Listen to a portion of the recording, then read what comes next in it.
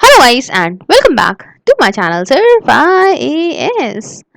तो हम यहाँ कंटिन्यू कर रहे थे हमारा चैप्टर नंबर 7 जिसका नाम है advent of Aryans and the age of Rigveda. आइए शुरू करने से पहले चैनल को सब्सक्राइब कर लीजिए, बेल आइकन को प्रेस कर लीजिए ताकि आपको रेगुलर अपडेट्स मिलती रहें। यहाँ पे मैंने पॉइंट वाइज सब कुछ कवर करा है, तो एग्जाम पॉइंट ऑफ व्यू से है, कोई आलतू फालतू की बात नहीं है, तो एक एक पॉइंट गौर से समझिएगा। बहुत ईजिली मैंने एक्सप्लेन करा है। तो आइए शुरुआत करते हैं। सबसे पहले जानेंगे कहाँ से आर्यंस निकल के आए, क्या उनकी आइडेंटिटी है ना। तो उनके बारे में कोई बातें जाने तो देखिए, आर्यंस जो है वो यूरोपियन लैंग्वेजेस को बोला करते थे, है ना। और ये पहली बार देखने को मिले हैं ईरान में। स्टार्टिंग में बताऊं तो ये कहीं एरिया जो था ना, एल्प्स का एरिया, एल्प माउंटेन का एरिया, उसके आसपास जो है वो रहते थे। जो आपका अभी यूरेशिया है, यूरेशिया में आप जानते हैं एल्प माउंटेन है ना। तो एरिया जो एल्प्स का है उसके आसपास ये रहा करते थे स्टार्टिंग में। इनकी जो स्टार्टिंग की लाइफ थी वो पैस्टोरल थी, मतलब शीप वगैरह रखते थे, और एग्रीकल्चर इनका सेकेंडरी ऑक्यूपेशन हुआ करता था। ये कई सारे एनिमल्स का यूज तो करते थे, बट अगर हम घोड़े की बात करें, हॉर्स की, तो हॉर्स इनकी लाइफ में काफी इंपॉर्टेंट रोल प्ले करता था। ऋग्वेद हमें बताता है कि जो आर्यंस हमारे इंडिया में आए, है ना, ऋग्वेद हमें बताता है आर्यंस के बारे में इंडिया के, which is the earliest specimen of Indo European language. अब देखिए, जो ऋग्वेद है, ऋग्वेद क्या है, ये एशियन इंडियन कलेक्शन है वैदिक संस्कृत हाइमन्स का। ऋग्वेद तो आप जानते हैं स्टार्टिंग में इसमें मंत्र वगैरह थे। Number of the 4 sacred canonical text है हमारे, हम जानते हैं बहुत ही पवित्र है ना। जानते हैं 4 वेद हैं, इसमें से ऋग्वेद है ना, सामवेद, यजुर्वेद और अथर्ववेद, है ना। तो 4 वेद हैं इसमें कि ऋग्वेद सबसे पहला और सबसे पुराना है हिंदुइज्म में। और ये जो इसमें है, इसमें आपका संहिता, ब्राह्मणास, अरण्यकास और उपनिषद वगैरह जो है इसकी लेयर्स हैं, इसके टेक्स्ट हैं, टेक्स्ट लेयर है इसमें। और इसमें आपका जो है वो प्रेयर्स वगैरह है ना, जैसे अग्नि वगैरह को, इंद्र देवता को, मित्र को, वरुण को, है ना, और दूसरे कुछ भगवानों को भी प्रेयर्स वगैरह जो ऑफर करी जाती थी, वो सारी कलेक्शन है प्रेयर्स का इसमें, है ना। कई सारे फैमिलीज ऑफ पोएट्स और सेजेस के द्वारा। इसमें अभी कुछ 10 मंडलास हैं ना, मंडल हैं, 10 मंडल हैं, आप कह सकते हो बुक्स हैं, जिसमें कि जो बुक नंबर 2 है और बुक नंबर 7 है ना, ये इसके अर्लीस्ट पोर्शन फॉर्म करती है ना, एकदम स्टार्टिंग के पोर्शन जो है वो बुक 2 और बुक 7 फॉर्म करती है। वही जगह बुक 1 और बुक 10 जो है वो माना जाता है कि ये लेटेस्ट एडिशन इसका रहा है। ऋग्वेद में कई सारी चीजें कॉमन भी देखने को मिली है अवेशा के साथ में, है ना। अवेशा क्या है, अवेशा एक ओल्डेस्ट टेक्स्ट है इरानियन लैंग्वेज में, है ना। तो देखने को मिला है कि अवेशा और ऋग्वेद में काफी चीजें कॉमन देखने को मिली है। हमें ये बात तो क्लियर नहीं है ना, ना ही कोई इसके कोई एविडेंसेस हैं इनके कि किस तरीके से आर्यंस यहाँ पे आए, किस तरह से इन्होंने एडवेंट करा यहाँ पे, ठीक है, किस तरीके से हमारे इंडिया में आए। बट ऐसा हो सकता है कि यहाँ पे आए होंगे इन्होंने एक्सेस वगैरह का, ब्रॉन्ज डक्स वगैरह का, है ना, कुछ तलवारों वगैरह का इंडिया में यूज करा होगा, स्वॉर्ड्स वगैरह का। तो स्टार्टिंग के जो आर्यन थे वो आपका एरिया में रहते थे जो कि ईस्टर्न अफगानिस्तान का एरिया था, ठीक है। ये जो ईस्टर्न अफगानिस्तान का एरिया था यहाँ पे रहते थे, पंजाब में, और कुछ पार्ट जो वेस्टर्न उत्तर प्रदेश का था, मतलब आप समझ रहे सारा का सारा इधर ही का पार्ट हो रहा है, ये इंडस वाला, है ना। तो यहाँ पे ही ये स्टार्टिंग में रहते थे। रिवर कुबा और इंडस जो है इनका जिक्र है ना, इनको मेंशन करा गया है ऋग्वेद के अंदर। जो पूरा ही रीजन है जिसमें आर्यंस पहली बार सेटल्ड हुए हैं हमारे इंडिया में, इसे हम लोग लैंड ऑफ 7 रिवर्स बोलते हैं। क्यों बोलते हैं, अगर आपको पता है तो प्लीज कमेंट बॉक्स में जरूर बताइए। ये हमारे इंडिया में आए कई सारी वेव्स में, एक साथ इकट्ठा नहीं आए, कई बार आई है। और जो पहली जो वेव थी इसकी, ये रिप्रेजेंट करी जाती है ऋग्वेद पीपल के द्वारा। अब देखिए, ये इंडिया में आए, है ना, इंडिया में आए, ये देखिए, तो उसके बाद ये कन्फ्लिक्ट इनका थोड़ा झगड़ा बगड़ा हुआ। जो वहाँ के जो इंडिजिनियस पीपल थे, जो वहाँ पे लोग पहले से रह रहे थे, उनके साथ थोड़ा इनका झगड़ा बगड़ा हुआ, है ना। और तो मतलब बेसिकली ये है कि they came into conflict with the indigenous inhabitants called the Dasas and Dasyus वगैरह, ठीक है। अब दासा कौन थे, दासा आप कह सकते हो, Dasa seems to be branch of early Aryans. वही जगह ऋग्वेद मेंशन करता है defeat of Sambara, Sambara by Divodas of Bharat clan, है ना। संभारा को जो है वो हराया था by Divodas of Bharat clan के जो दिवोदास थे इन्होंने, ठीक है। इस केस में जो टर्म दास है, दिवोदास बता रहे हैं ना, जो दास है ना, ये अपीयर होकर आता है in the name of Divodasa. अच्छा, पॉसिबली बताऊं तो जो दस्यूस है ना, दस्यूस हैं, दस्यूस जो ऋग्वेद में है वो रिप्रेजेंट करते हैं कि जो ये ओरिजिनल इनहैबिटेंट्स थे हमारे कंट्री के, ठीक है, जो मेनली हमारे यहाँ रहते थे पहले से। और एक आर्यन चीफ जो ओवर पावर्ड, मतलब एक Aryan chief who overpowered them was called Trasadasyu, है ना, जो जिसने आयरन चीफ जिसने इनको ओवर पावर करा उसे त्रासदस्यु बोलने लगे। अब देखिए आर्यन चीफ है ना, ये काफी सॉफ्ट थे, काफी आराम से प्यार से रहते थे दासास के लिए, क्योंकि दासास क्या थे, ये ब्रांच थे अर्ली आर्यंस की। तो आर्यन चीफ जो थे काफी सॉफ्ट थे ये दासास की तरफ, बट काफी ज्यादा हॉस्टाइल थे दस्यूस की तरफ। क्यों? दस्यूस पहले के हमारे कंट्री के रहने वाले लोग हैं, है ना, तो ऑब्वियस सी बात है उनके लिए तो ये कुछ ज्यादा ही ऐठेंगे उनसे। तो इस वजह से आर्यन चीफ जो है वो दस्यूस से थोड़ा ऐठ के रहते थे, थोड़ा लड़ाई झगड़ा ज्यादा होता था और बहुत ही प्यार से रहते थे दासास की तरफ। जो टर्म दस्यु हत्य है, मतलब दस्यु हत्या मतलब समझते हैं, दस्यु हत्या मतलब स्लॉटर ऑफ दस्यु, दस्यु हत्या मतलब मार डाला, काट वाट डाला दस्यु को। ये आपको ऋग्वेद में देखने को बार बार मिलेगा, है ना। इससे पता चलता है कि आर्यंस जो है वो बहुत ज्यादा दस्युस की हत्या वगैरह करते होंगे जो यहाँ के ओरिजिनल इनहेबिटेंट्स थे। अब दस्यूस जो है वो पॉसिबली फैलिस की वर्शिप करते थे, है ना, हमने बताया था फीमेल ऑर्गन, हमने स्टार्टिंग से होकर आई है, अपन कल्चर में आप समझ जाओगे, है ना। और कैटल को and did not keep cattle for dairy product, ठीक है, और ये अपने पास जो है ऐसे कैटल को नहीं रखते थे दूध दूध वूध के लिए, ठीक है, डेयरी प्रोडक्ट्स के लिए नहीं रखते थे। अब ट्राइबल कॉन्फ्लिक्ट बात करते हैं तो ऋग्वेद, है ना, ऋग्वेद में जो इंद्र हैं इनको पुरंधार बोला गया है। इंद्र भगवान जानते हैं ना, गॉड ऑफ रेन, ठीक है, तो इंद्र को यहाँ पे पुरंधार बोला गया है, जिसका मतलब होता है ब्रेकर ऑफ फोर्ट्स। आर्यंस ने इंट्रोड्यूस करा हॉर्सेस को पहली बार वेस्टर्न एशिया और इंडिया में, ठीक है, आर्यंस थे जिन्होंने हॉर्सेस को इंट्रोड्यूस करा है पहली बार वेस्टर्न एशिया और इंडिया में। इन्होंने डिवाइड करा है, मतलब इन्होंने डिवाइड कर they divided into 5 tribes, divide हो गए थे 5 ट्राइब्स में, 5 ट्राइब्स में ये डिवाइड हो गए थे, जिसको पंच जना बोलने लगे। क्या बोलते थे? पंच जना। ये आपस में ही लड़ाई करने लग गए। और जो भारतास थे या फिर त्रिशु जिन्हें कहते हैं, है तो भारतास या फिर त्रिशु, ये रूलिंग आर्यन क्लैन हुआ करता था। जो कंट्री हमारी है भारतवर्ष, या फिर आप कहते हो ना लैंड ऑफ भारत, है ना, ये इवेंचुअली जो है नाम इसका रखा गया है टर्म भारत के ऊपर, जो पहली बार, है ना, अपीयर हुआ है फर्स्ट इन दी ऋग्वेद में। क्लियर है? अब देखिए जो भारत रूलिंग क्लैन है, इसको अब ये गौर से समझिएगा, यहाँ पे भारत रूलिंग क्लैन को अपोज करा गया है बाय 10 किंग्स, ठीक है, 10 राजाओं ने भारत रूलिंग क्लैन को अपोज करा, जिसमें से 5 जो उसमें से थे वो, इसमें से 10 में से जो 5 थे, ठीक है, वो हेड थे आर्यन ट्राइब्स के, ठीक है, और बाकी के जो 5 थे वो नॉन आर्यन पीपल थे, ठीक है। तो इन दोनों 10 ने मिलकर किसको अपोज करा? इन्होंने अपोज करा भारत रूलिंग क्लैन को, ठीक है।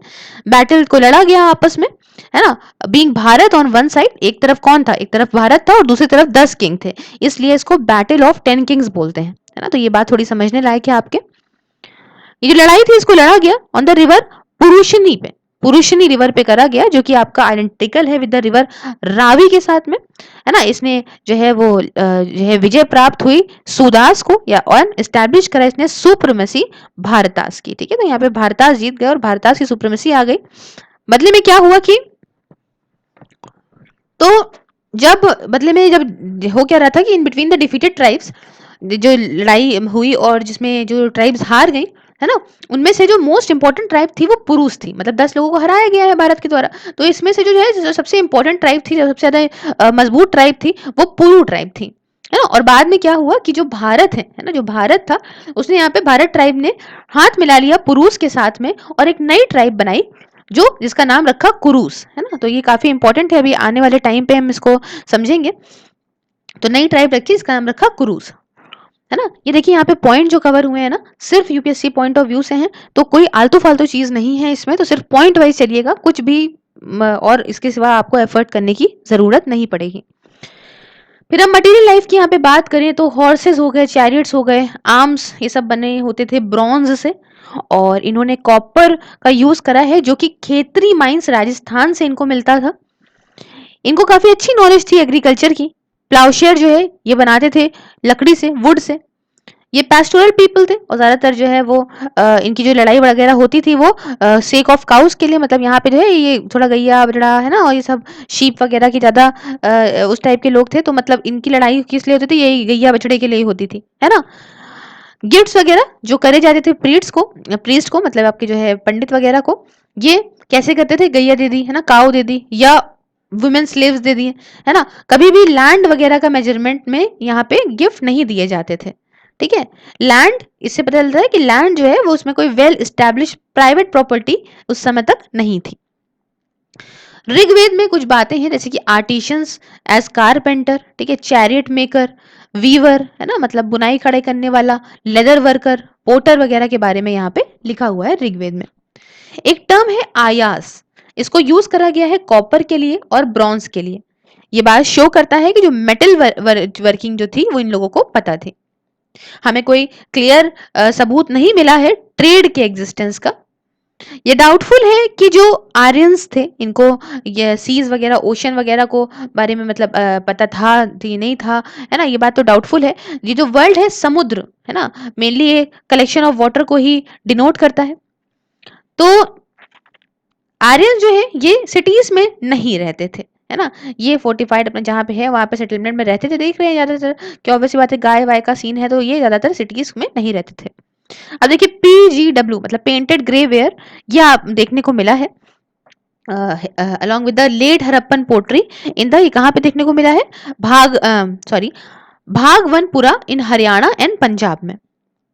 ना ही कोई लोहे का ऑब्जेक्ट, ना ही कोई आयरन ऑब्जेक्ट, ना ही कोई सीरियल्स को यहाँ से निकाला गया है ना, कोई एनकाउंटर नहीं हुए हैं ये।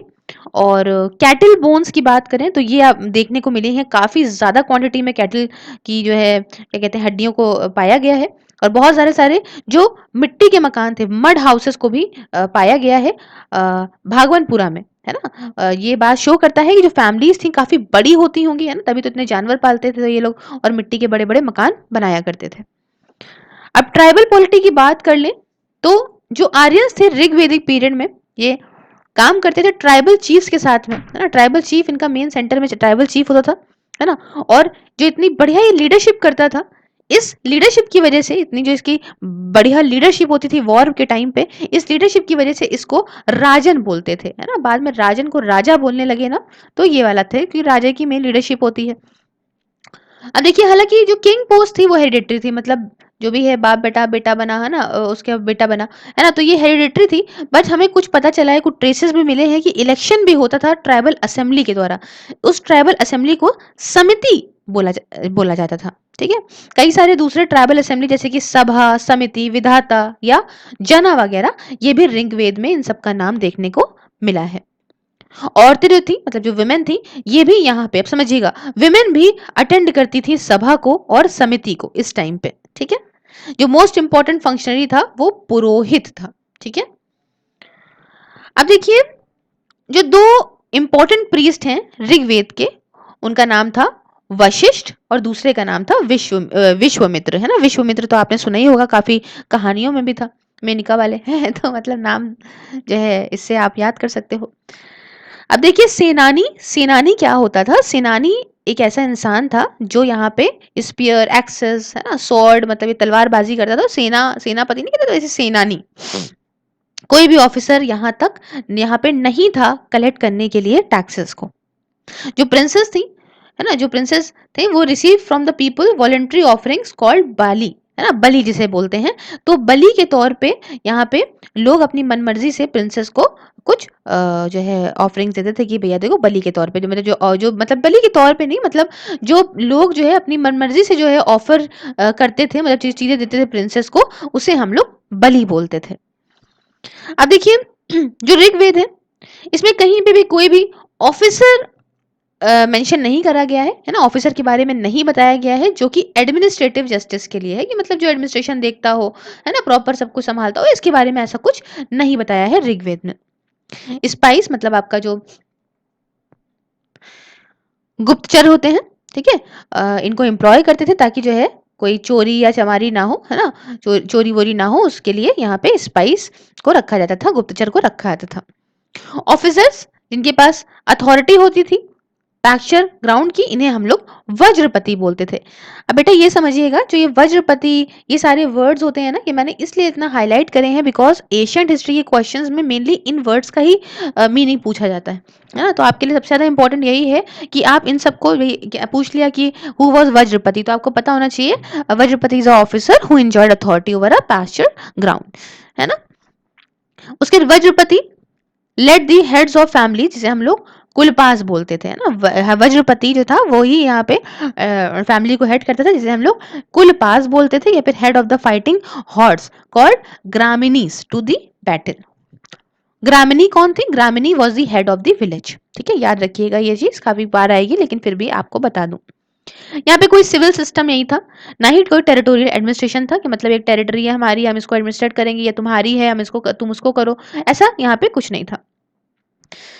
किंग के पास कोई भी स्टैंडिंग जो है आर्मी नहीं हुआ करती थी, है ना, स्टैंडिंग ऑन रेगुलर आर्मी नहीं हुआ करती थी। King does not maintain any standing on regular army at the time of war, है ना, जब लड़ाई होती थी तो वॉर के टाइम पे फंक्शंस जो हैं वो कई कई different different tribal groups perform करते थे, जिनको जना, शारदा, व्रता और ग्राम वगैरह बोला जाता था। फिर हम ट्राइब एंड फैमिली की बात बताएं तो किंगशिप ये बेसिस था सोशल स्ट्रक्चर का। ठीक है, किंगशिप बेसिस था सोशल स्ट्रक्चर का, बेसिकली ब्लड रिलेशन या फिर शेयरिंग ऑफ कैरेक्टरिस्टिक्स, है ना, ऐसा टाइप का सोशल स्ट्रक्चर का यही बेसिस था। और ट्राइब को बोलते थे जना, क्या बोलते थे? जना। और टेरिटरी को बोलते थे जनपद। ठीक है, तभी आज भी बोलते हैं जनपद, है ना। तो ट्राइब को बोलते थे जना और टेरिटरी को बोलते थे जनपद। ट्राइब को वीआईएस भी बोलते थे, विज, और ये डिवाइडेड थी ग्राम में या फिर आप कह सकते हो स्मॉलर ट्राइबल यूनिट में, जो कि यहाँ पे लड़ाई करते थे, है ना। फाइटिंग के लिए क्या था कि अगर लड़ाई वड़ाई करवानी है, फाइट वगैरह करना है, तो उसके लिए छोटे छोटे जो है वो आपका स्मॉलर ट्राइबल यूनिट को बना दिया जाता था, है ना। ये ग्राम वगैरह में डिवाइडेड होते थे। कौन? विज। अच्छा, when the grandmas crashed with one another it caused this संग्राम। आप समझे बात को? देखो, ट्राइब को हम लोग विज भी बोल रहे हैं, वो डिवाइडेड है ग्राम में, है ना। और ग्राम छोटे छोटे हैं, अब सारे ग्राम आपस में जब लड़ेंगे तो हम लोग इसीलिए इसको संग्राम बोलते हैं, है ना। याद है संग्राम या वॉर हम बोलते थे यहाँ पे। अब देखिए, जो टर्म है फैमिली का, फैमिली मतलब कुल जो हम लोग बोलते हैं, यह आपकी ये जो है रेयरली ही मेंशन है ऋग्वेद में, है ना। ये समझ में आता है कि जो फैमिली थी अर्ली वैदिक फ्रेज में, ये इंडिकेट करी गई है बाय द टर्म गृह, है ना। ये गृहस्थी बोलते हैं ना, गृहस्थी, तो फैमिली में को गृह। ये यूजुअली जो पैट्रियार्कल फैमिली हुआ करती थी, मतलब यहाँ पे समझ रहे हैं, फादर हेड कर रहा है, ठीक है, उसके बाद कौन करेगा? फादर का बेटा, बेटा बेटा, मतलब आदमी का ज्यादा रोल दिखाया है ना। औरतें जो थी वो अटेंड कर सकती थी असेंबलीज को, और सैक्रिफाइसेस को भी ऑफर कर सकती थी अपने हस्बैंड के साथ बैठ के। जो इंस्टीट्यूशंस थे मैरिज के, इनको स्टैब्लिश करा गया, मतलब शादी वगैरह करवाने के लिए यहाँ पे पूरी व्यवस्था करा दी गई। हमारे पास कोई प्रूफ नहीं है चाइल्ड मैरिज का, है ना। और जो मैरिज की एज हुआ करती थी उस समय, वो 16 से 17 साल हुआ करती थी, है ना। तो चाइल्ड मैरिज तो बहुत है नहीं, तो ये लोग फिर भी ठीक लोग थे। हम नोटिस करते हैं प्रैक्टिस लेवरेट या फिर कह सकते हो रिडो विडो रीमैरिज की, है ना। ऋग्वेद में दिखाया गया है कि भाई देखो, विडो रीमैरिज भी यहाँ पे दिखाई गई है ना। तो देखिए ये लोग फिर भी मतलब इनकी सोच काफी अच्छी थी। कुछ सन्स जो है उनको भी जो है वो अपनी मदर के नाम पे उनका नाम रखा गया है ना। तो इससे लगता है कि भाई औरतों को काफी इंपॉर्टेंस इस टाइम पे दी जाती थी। उसके बाद हम सोशल डिविजन्स की बात करते हैं, तो वर्ल्ड वर्ल्ड जो नाम था वो ये टर्म दिया गया था यूज फॉर कलर, है ना। इसको रंगों के लिए, कलर के लिए इस वर्ल्ड को यूज करा गया था, वर्ल्ड को। और ये माना जाता है कि जो आर्यन थे वो काफी फेयर हुआ करते थे, है ना, काफी गोरे थे। और जो इंडिजीनियस इनहैबिटेंट थे वो डार्क थे, अपने कॉम्प्लेक्शन में थोड़े से हल्के से डार्क थे, है ना। जो दासाज और दस्यूज हैं, है ना, जो कि कॉन्कर करे गए थे बाय द आर्यंस, इनको ट्रीट करते थे कैसे? स्लेव्स के तौर पे और शूद्रा के तौर पे, मतलब स्लेव का काम करते थे, काम धाम करो बस। सोसाइटी जो थी वो डिवाइडेड थी कुछ 3 ग्रुप्स में। कुछ वैरियर्स हुआ करते थे, है ना, लड़ाई झगड़ा करने वाले, कुछ प्रीस्ट थे, है ना, वही जो पूजा वूजा करने वाले, और बाकी जो कॉमन आदमी है वो पीपल थे। उसके बाद जो फोर्थ डिवीजन था उसे हम लोग यहाँ पे, मतलब ये लोग शूद्रा बोलते थे, है ना, शूद्रा, है ना। ये पहली बार जो है वो 10th बुक जो ऋग्वेद की है, जो माना जाता है ये अर्लीस्ट एडिशन है, उसमें ये शूद्रा टर्म भी देखने को मिला है। ठीक है, अर्लीस्ट कह रही हूँ, आई am so sorry, latest edition जो है, जो अभी का एडिशन है 10th बुक, है ना, वो जो है वो उसमें शूद्रा का जो है नाम भी मेंशन किया गया है। जो स्लेव्स थे उनको प्रीस्ट को, पंडितों को मतलब गिफ्ट किया जाता था, और वुमेन स्लेव्स जो है इनको एम्प्लॉय करते करा जाता था डोमेस्टिक पर्पस के लिए, मतलब घर के कामकाज के लिए। औरतों मतलब औरतों के मतलब स्लेव्स को, वुमेन स्लेव्स को यहाँ पे रखते थे। कोई भी डायरेक्ट इन्वॉल्वमेंट नहीं था स्लेव्स का एग्रीकल्चर से या किसी भी दूसरे प्रोड्यूसिंग एक्टिविटीज से, स्लेव्स यहाँ पे इन्वॉल्व नहीं थे। हमें ये भी नहीं पता है कि लैंड वगैरह को गिफ्ट करा जाता था, है ना, क्या नहीं दी करा जाता था, इस बारे में हमें नहीं पता है। अगर हम ऋग्वेदिक गॉड्स की बात करें तो आर्यंस जो है वो यूज करते थे Aryans used to pray for natural forces. सही है। ये क्या मतलब, ये नेचुरल फोर्सेस नहीं होते जितने कि जो है पानी हो गया आपका, हवा हो गई आपकी, अग्नि हो गई, है ना, इस टाइप के ये नेचुरल फोर्सेस को यहाँ पे आर्यंस जो है वो इनकी पूजा करते थे। जो मोस्ट इंपॉर्टेंट उस समय डिविनिटी थे वो थे इंद्र। ठीक है, इंद्र भगवान, जिनको मैंने जैसे बताया कि पुरंधार बोलते थे या ब्रेकर ऑफ फोर्ट्स बोलते थे, है ना। और ऐसा मानते थे आर्यंस कि यही हमें जो है वो विजय दिलाते हैं, है ना, इवल्स के ऊपर, डेमन्स के ऊपर। और ये माना जाता था कि ये रेन गॉड है, जैसे आज भी हम लोग बहुत कहते हैं कि इंद्र भगवान जो है वो बारिश के देवता है, रेन गॉड है। उसके बाद इनके बाद इंद्र के बाद सेकंड पोजीशन जो थी वो अग्नि देवता की थी, मतलब the god of fire. Third position जो थी वो वरुण देवता के पास थी, जिन्हें माना जाता है कि ये गॉड ऑफ वाटर है, पर्सोनिफाइड है ये वाटर से, पानी से। और सोम, सोम कौन थे? Som was the god of plant, है ना, ये पेड़ पौधों के थे। एंड इंटॉक्सिकेटिंग जो ड्रिंक है, हम कहते हैं ना सोम रस पी लिया, तो मतलब ये सोम रस नहीं कहते हैं, है ना। तो सोम इन्हीं से ही यहाँ पे निकल के आया है। मारुत, मारुत पर्सनिफाइड दी स्टॉर्म, तो कहते हैं अंजनी जो आपका जो है मारुत की जो है पुत्र किनको बोलते हैं, बताइएगा जरा, किससे रिलेटेड है, क्या रिलेटेड है? बड़े ही फेमस भगवान जी हैं। हम्म तो मारुत जो है ये यहाँ पे स्पेसिफाइड है, और सॉरी पर्सोनिफाइड है ये स्टॉर्म से, ठीक है। और फैमिली डिविनिटी जैसे कि आपका Aditi, I am so sorry whatever I am saying, wait, female divinity, जो औरतों में अगर मैं बताऊं, औरतों में कौन कौन से जो है ईश्वर जिनको माना जाता था, उनका नाम था अदिति और उषा। अदिति और उषा जो रिप्रेजेंट करती थी periods of dawn, but were not prominent in the time of Rigveda. बहुत ज्यादा इंपॉर्टेंट नहीं थी ऋग्वेद के टाइम पे, बट हाँ ये रिप्रेजेंट करती थी डॉन को, सुबह सवेरे को। ऋग्वेद देखिए यहाँ पे एक पैट्रियार्कल सेटअप था, मतलब फादर का रोल ज्यादा इंपॉर्टेंट था, मेल गॉड्स जो है ज्यादा इंपॉर्टेंट हुआ करते थे फीमेल गॉड्स के ऊपर, जैसे कि हमने यहाँ पे भी देखा। Worshipping God was through the recitation of prayers and offering of sacrifices। ये लोग पूजा कैसे करते थे भगवानों की, कि भैया प्रेयर्स कर ली, ठीक है, और जाप मंत्र वगैरह जो भी है ईश्वर का नाम लिया, और साथ ही साथ सैक्रिफाइसेस दिए, है ना। अग्नि और इंद्र को इनवाइट कराया जाता था कि सैक्रिफाइसेस में आइए आप, है ना, जो पूरी ट्राइब मिल के एक सैक्रिफाइस कर रही होती थी, जो भी कर रही होती थी, उसमें अग्नि देवता और इंद्र देवता को इनवाइट कराया जाता था। जो मैजिकल पावर थी पूरे वर्ल्ड की, इसे were not was not considered so important as in the later वैदिक टाइम, ठीक है, इतनी इंपॉर्टेंट नहीं थी इस टाइम पे, है ना। बाद में काफी लेटर वैदिक टाइम में काफी मैजिकल इंपॉर्टेंट मैजिक वैजिक आ गया था, अभी इतना इंपॉर्टेंट नहीं था। ये वर्शिप मेनली करते थे प्रजा को, मतलब प्रजा जानते हैं ना, प्रजा मतलब जैसे जनता वो कहते हैं, लेकिन इस समय प्रजा का मतलब चिल्ड्रन है, पशु का मतलब कैटल है, जानते हैं, फूड वेल्थ और हेल्थ को ये मेनली वर्शिप करते थे।